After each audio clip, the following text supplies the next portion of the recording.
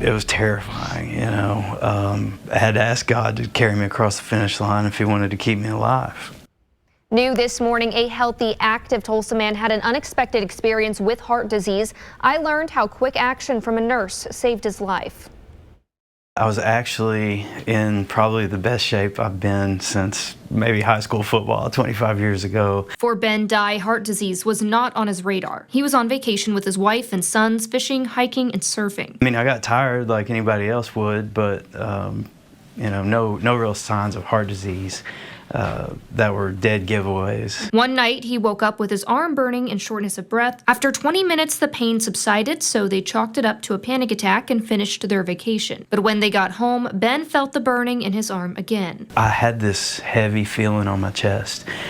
Something was not quite right. Just to rule out any heart problems, Ben scheduled an exam for a couple days later. But when his arm started burning a third time, he decided to just go in early. That's when I met my guardian angel. And so nurse comes to meet me and asks me some questions. And she says, Ben, you need to go to the ER. Ben told the nurse, Natalie, he didn't want to go to the emergency room, and she ran CT and EKG scans. She comes back and looks like she has seen a ghost. I saw that his heart was actually currently having some injury happening. Natalie told me she knew Ben needed immediate care, and she couldn't let him walk away. And I was like, yeah, if you were my family, I would ask my family to go to the ER.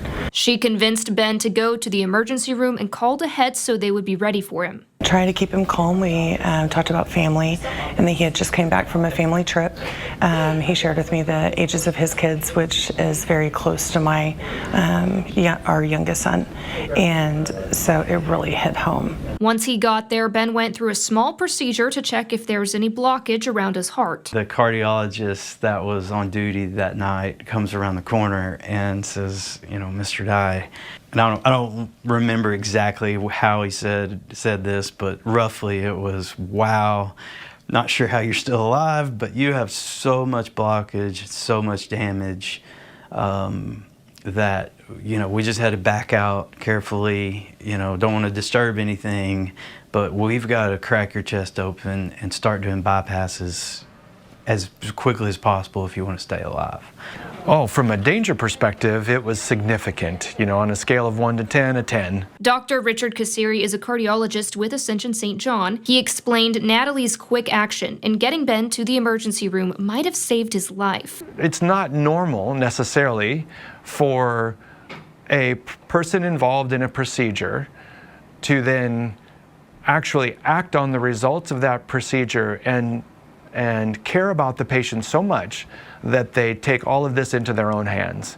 So if she had just kind of done her job and let Ben move on to his part of his day or whatever it might be, theoretically he was in the throes of injuring his heart muscle, i.e. a heart attack. And so bad things would have probably progressed. Ben went through open heart surgery a few days later. He told me the experience was terrifying, but he's grateful he's alive. I really wanted to finish raising my boys who are 8 and 11, and I prayed to God that if that was part of his plan, I really wanted to do that.